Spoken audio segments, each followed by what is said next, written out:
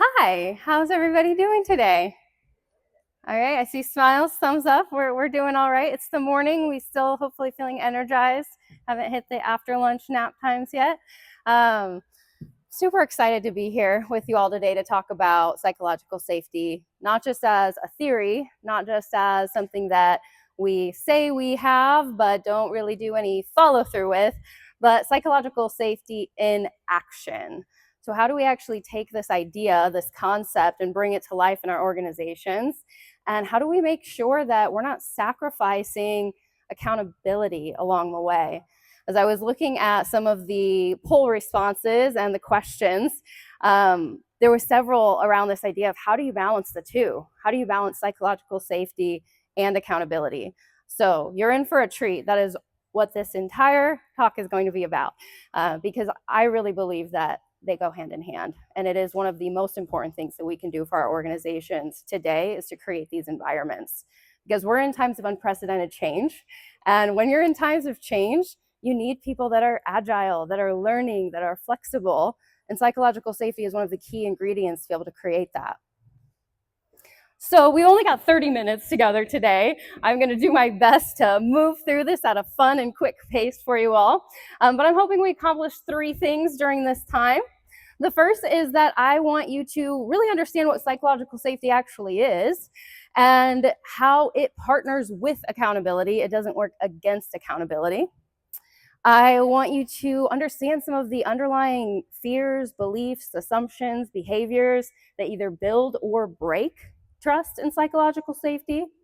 And I want to leave you with some practical applications. So we're not going to spend a lot of time on the background research. There's a lot out there. You can explore that on your own. What I want to leave you with are some things you can do right now in your organizations to start to cultivate this in a higher way. And I'm going to speak to the concept of leadership quite frequently during this talk. And I think it's important that I define for you what a leader is to me, because this is not about positional leadership. For me, leadership is anybody in the organization who has the ability to impact and inspire the people that are around them. If you are impacting, inspiring, influencing, moving people to action through your work, you are a leader. Everybody attending this conference today, you are the leaders that I am speaking to. Doesn't matter if you have direct reports or not, you have people looking to you, people that are relying on you to lead the way, to set the norms, to hold the accountability, to build the trust, to create the kind of cultures that people can actually thrive in. And when we get this wrong, there are detrimental consequences. Similar to our keynote speaker this morning, I'm a burnout survivor. So I've been on the side of work where you are surviving. You are just trying to make it through the day. I'm also on the other side now where I loved the work-life harmony integration, right? I do a lot of things, as you heard. I'm a busy person, but they're all in alignment with my mission. They're in alignment with what I want to be doing. They fill me up. They don't pull from me.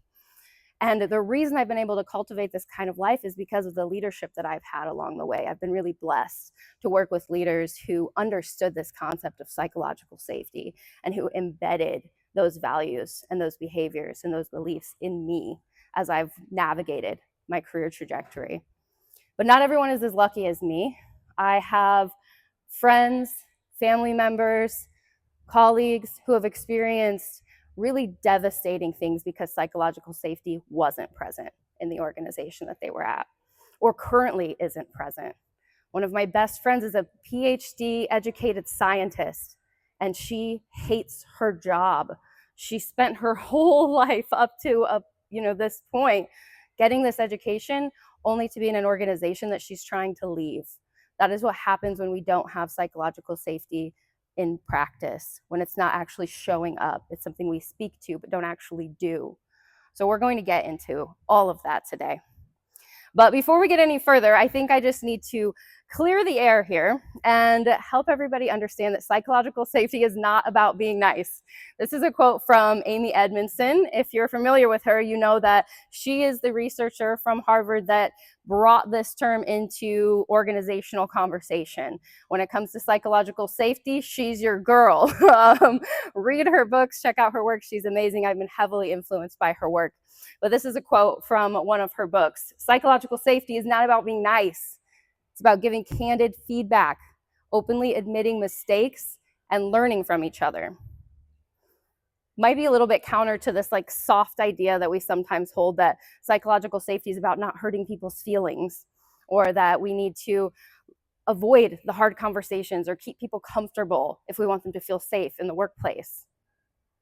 Those things aren't true. So psychological safety, as she coined it in her research, is that it's a shared belief that the team is safe for interpersonal risk-taking. That means we feel safe enough to share the idea that maybe goes counter the norm, to share the opinion or the feedback that might be hard for someone to hear. It means that we can show up as our actual selves, not the like masked versions of ourselves that we've created because we believe that's what's acceptable in this workplace. When you can take those risks interpersonally and the team knows there aren't going to be negative consequences for that, then you have psychological safety. What happens when you do that, people have the space to grow and learn because they can make mistakes. They can admit when they are wrong.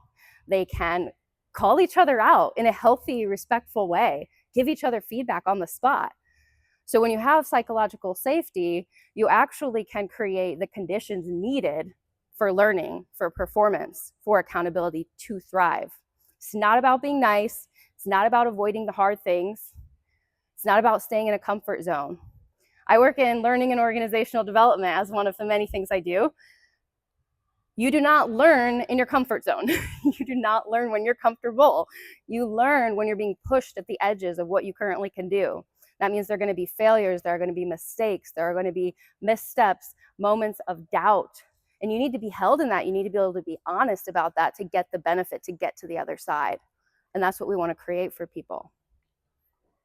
So I'm going to talk to you a little bit about this partnership between accountability and psychological safety. Because if you take nothing else from today, what I hope you take is that psychological safety and accountability do not exist on opposite ends of some spectrum.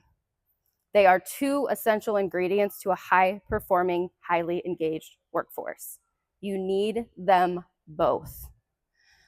So let's talk a little bit about how these can show up in different ratios and the impact that that causes in organizations.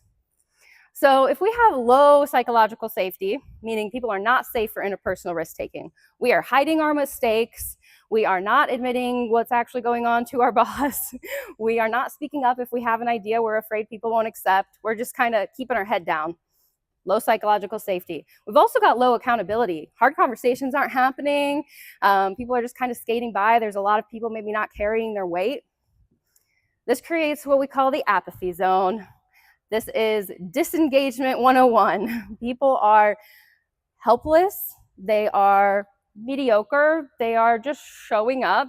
They aren't really showing up in a way that's authentic or that creates belonging or purpose or meaning. They're just kind of existing. They're not really growing. They're not really getting better. They're not really engaging with the work of the organization. Not where you want to be, folks. Hopefully you all in this room don't have this particular problem, but maybe it's lower than you'd like to some degree. So then let's look at if we have high psychological safety and low accountability. And this is something that I think has happened a lot as we try to move away from toxic environments, as we try to move away from abrasive forms of leadership that maybe were more normalized in other eras, and we realize people actually need something different now. But there can be a problem when you have high psychological safety and low accountability. You can swing that pendulum too far, and that creates that comfort zone that I was speaking to earlier, where people don't learn. This is where we have coddling, enabling, avoiding hard conversations, creating dependencies between the leaders and their direct reports, or between the high performers and the low performers. Who is doing the work? Who's staying comfortable, right? We're not holding people to account. We're not setting expectations. We're not creating a culture of excellence, but people feel pretty comfortable. They can say what's on their mind. They feel like they can be themselves. They're probably not complaining. They probably would tell you they like where they work. But are they growing? Are they reaching their highest potential? No. So this is what we want to move away from. We do not want to be living in a world where we have high psychological safety and no growth.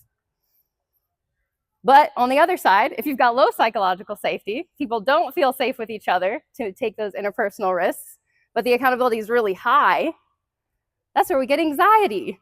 People are scared to come to work on Monday. So Sunday night, they stay up all night because they can't fall asleep, and they binge watch 2 shows like all the way through. And the next thing they know, it's 4 a.m. and they've got to go in, and they are actively looking for other jobs while they're at work, but they're also doing their best to not get in trouble.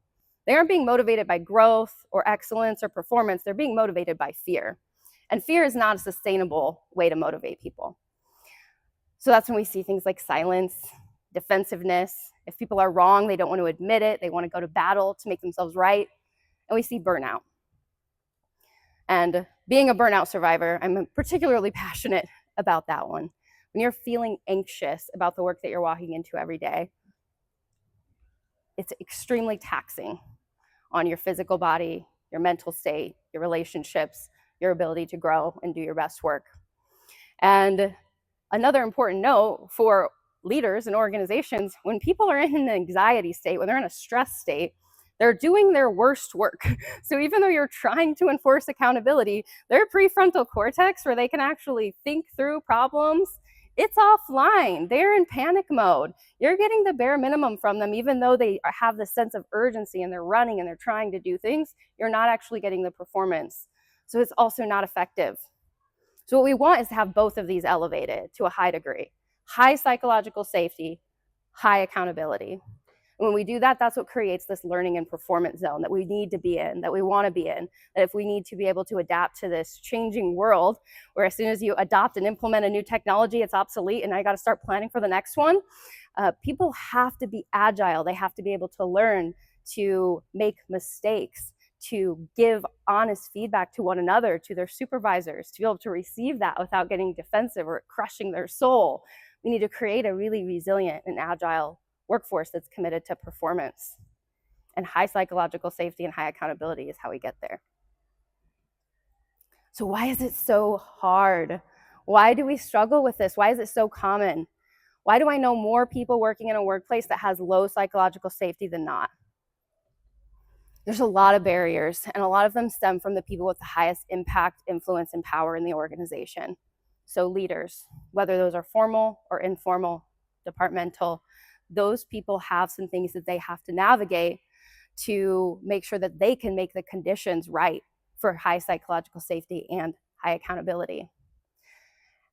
And one of the ways that this is broken most commonly is just when our messaging doesn't align with our behaviors. I think a lot of us know the right things to say. We say, oh, my door's always open. Yeah, come on by. No question is a dumb question. I always want honest feedback. Like, give me the feedback. I thrive on feedback. I want to know if I'm doing something wrong. It's okay to make mistakes here. That's how we learn. But then when the thing happens, the behavior does not enforce the message that we've been sharing. So somebody disagrees with the leader's idea and they are shut down abruptly. Somebody becomes emotional. They are dealing with something hard, or they admit that they're overwhelmed. And now we're questioning if they can do their job, if they really have what it takes to cut it here. Now they're on a list, keeping an eye on them. Somebody challenges the status quo, the way things have always been done, or maybe the way the leader thinks that this should be done, but they are aware of some other practical challenges that may arise. If they bring that up and there's repercussions socially or maybe financially, maybe with their job stability, that's not psychological safety. But it could even be the small things. You say your door's always open, but when the person walks through the door, you're annoyed because you've got a lot of work to do, you're buried, and you actually don't have time for that person that's standing there. So you brush them off, or you rush to the end of the conversation, and now they don't plan on ever coming to talk to you again. Psychological safety is broken in all of those little moments where the thing that they thought was in place, or the thing you said you would do, is not honored. It's through those misalignment moments. And there are some very key behaviors that happen in these low psychological safety environments. We see defensiveness, interrupting each other in meetings, dismissing ideas, weaponizing vulnerability. So I mentioned that the person who brought emotion and now they're looked at differently, we respect them less. Not a psychologically safe environment. We're not making space for humanity. For punishing people for bringing their opinions to the table, especially if those opinions are maybe constructive and we don't want to hear it or we don't have time to address the problem, so we just like want to shut it down. But even inconsistency, when you don't know what reaction you're going to get from your boss or from your colleagues when you come into work, that's incredibly stressful. So if one day mistakes are okay and the next day your boss kind of flies off the handle, you're not going to know which version of them you're going to get. You're going to bring them less and less. You're going to try to just stay under the radar because you don't know what's going to happen if you don't. And the reason that all of these types of behaviors show up is because every single one of us, all of you and all of the leaders in our organizations, have to do some inner work in order to reduce these behaviors, because they're not actually coming because the person's mean, they don't care about their people or their organization. These behaviors actually come because if we have not done our own work and we don't feel psychologically safe within ourselves, we actually can't create those conditions for other people. We can only do for others what we've already done for ourselves. So if we're dealing with insecurities, fears, maybe there's this culture of toxicity that we're trying to operate within, so we're scared for our own jobs, that's rubbing off. That's rubbing off on every single person that we're interacting with. So it's our responsibility to figure out what our internal barriers are. What's holding us back or creating some of those behaviors I spoke to earlier? The defensiveness, the interrupting, the need to be right. Oftentimes, especially in formal leadership, there's a fear of losing authority or control. You want to look like you've got things under control. You want to make sure that people know you can handle it. And so you don't want to admit when you're wrong or when you don't know the answer. So you're constantly trying to make yourself right to manage this perception. And it's not working. It actually is creating an opposite effect. A little bit of humility, admitting when you don't know the thing, actually goes a lot further than trying to insist that you're right or shutting down all alternatives to your opinion. If we struggle with perfectionism, or we're afraid of conflict, or we're uncomfortable with emotions, if any of those things are true, we're not going to be able to create a safe space for people to bring that to the table. Conflict can be incredibly healthy and productive. So can emotionality. But if you don't know how to sit with those things, you're not going to be able to meet that person in your office where they're at when they come in to talk to you. So we have to figure out which things are our things. Which are your buttons? Are there any of these things on the list you're like, oh, shoot. Okay, that one's me. That's okay, we've all got them. But we got to identify them and start putting in the work or getting our people support to do that work. One of the things I do is coaching, and a lot of people come to me to help work through some of these internal barriers so that they can show up better in their life and in their leadership. But that work takes time, and it's not something that you're going to be able to just switch on a dime once you leave today's talk. So I'm going to spend the rest of my time sharing with you some things you can do right away, as soon as you get back to your organizations, to start building a larger environment of trust. So there's some key behaviors, and these are based on the research of Amy Edmondson and Google's Project Aristotle, where they looked at high-performing teams and the things that differentiate them. And one of the things that they found in these teams is that the teams that are the highest performing actually report the most mistakes and errors. It's not because they're making more, it's because they're not hiding them. They're learning from them when they come up. So creating an environment where people actually feel safe to admit those things reduces all kinds of risk, cost, and negative consequence. There are 5 things that you can do to increase this. To start, there are many more, but I'm only going to share 5 with you because 30 minutes isn't a long time. The first one, inviting input early and often. This can be lateral with your colleagues, even more powerful when it's downward. As a leader, I lead a learning and development team. I bring my first drafts to my group. These are my thoughts, these are my ideas. What am I missing? What might go wrong with this? What are your thoughts? What would you do differently? I bring them in early, make them part of the solution, make them part of the brainstorming. Now they're bought in. Now they're going to help me bring this thing to fruition. So much more effective than me putting it all together and thinking I've got all the answers and then telling them this is what they have to execute, right? So this is a very simple way we can start to bring people in, make them feel like they matter, like they belong, like their opinions belong here. Second thing is just listening curiously. And our keynote today hit this as well. When we are able to manage our own emotionality, manage our potential defensiveness, especially in light of constructive feedback maybe, or disagreement or conflict, if we can just pause, hold ourselves steady in that moment and lean into some curiosity, we can go a really far way. So instead of trying to defend your stance, your position, why you weren't actually wrong, just get curious about this other person and their lived experience. Why are they bringing this to the table? What made them think that? You don't have to agree with it. You don't even have to act on it. You just have to hear it. Honestly, you just have to really be curious. We don't have to act on every single piece of feedback that comes through, but we do have a responsibility to make sure people feel like their voice is being heard. It's at least considered. It's at least given the time of day. So we have to express that gratitude when people do share it, because they might stop if we're not making sure that they know we appreciate it, that we're happy to hear those things. We have to normalize mistakes and learning. How do you normalize mistakes? Well, we have to go first. Don't expect that you're just going to say, you know what? We are trying to create a more psychologically safe environment. Start bringing your mistakes to me. I really think that we can learn from them and we can grow together. No one is going to do it if that's not the current norm. You have to go first. You have to share. What mistakes have you made lately? How did you recover from those? What did you learn? How do you own it when you're the one who dropped the ball or messed up? How do you tell your team you're sorry? You missed that one. If you go first, you model that that's okay to do here. If you're not willing to yourself, they're never going to come along. They're never going to do it as well. And then you have to clarify those expectations and create those spaces for accountability. This needs to happen early and often. Feedback shouldn't be something people get once a year during performance reviews. It should be something they get all the time, every day. This is something I screen for in my interview process when I'm hiring for new people to join my team. I talk to them about feedback and what feedback looks like on our team and how they respond to feedback. Because if you give feedback all the time, both positive and constructive, it's not scary anymore. It's just part of what we do and how we communicate. People start to give it to you, you give it to them, they give it to each other.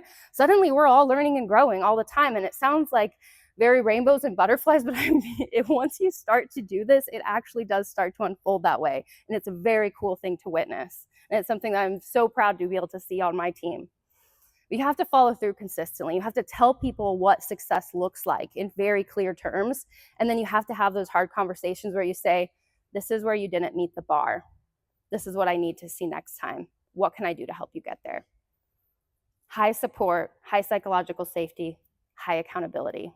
Set the stage, let them know the expectations. And then if they don't meet them, you have to tell them, or they will consistently not meet them and you'll constantly be playing cleanup, right? And this last one is just responding to those moments of vulnerability with respect. We get so many opportunities to just be human with one another at work. Just not try to fix it right away. Just listen, just care, just honor and respect their humanity when they're breaking down in your office because something really hard is going on outside of work, or they're completely overwhelmed, or they're struggling with delegation. Be with them. Thank them for being honest with you about their experience. Hold them with compassion and dignity. It seems like common sense, but you would be surprised how many of us struggle with this in practice because we're busy. We got things to do, we got meetings, we got emails, we've got deadlines. But taking that extra time to just be with the people that are right by you makes a huge difference. So any of these 5 behaviors would be a great place to start. And what I would recommend is that you do a little audit of your own behaviors and the behaviors that are common in your organization.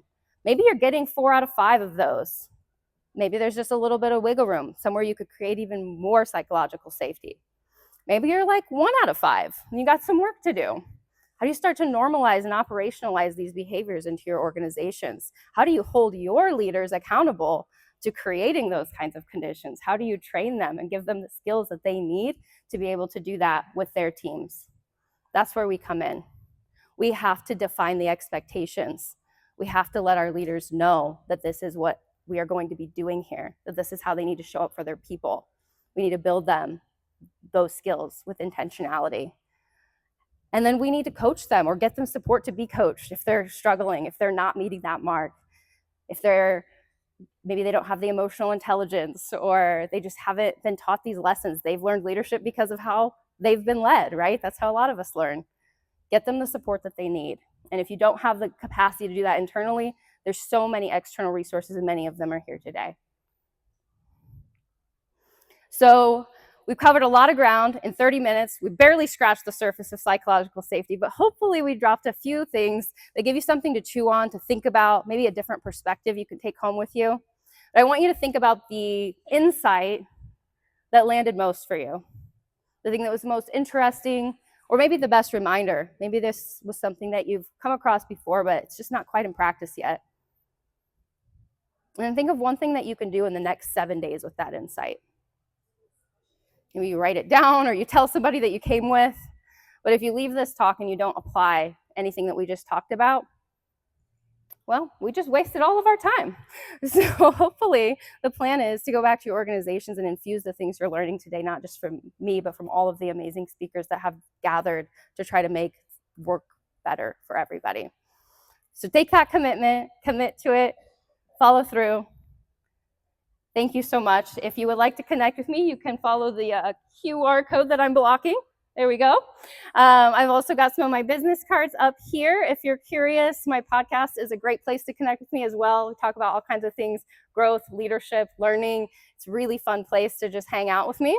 But I would love to stay connected with you. And I know many of you are waiting for your CEUs. So once we've gotten the picture of that, pop that up for you.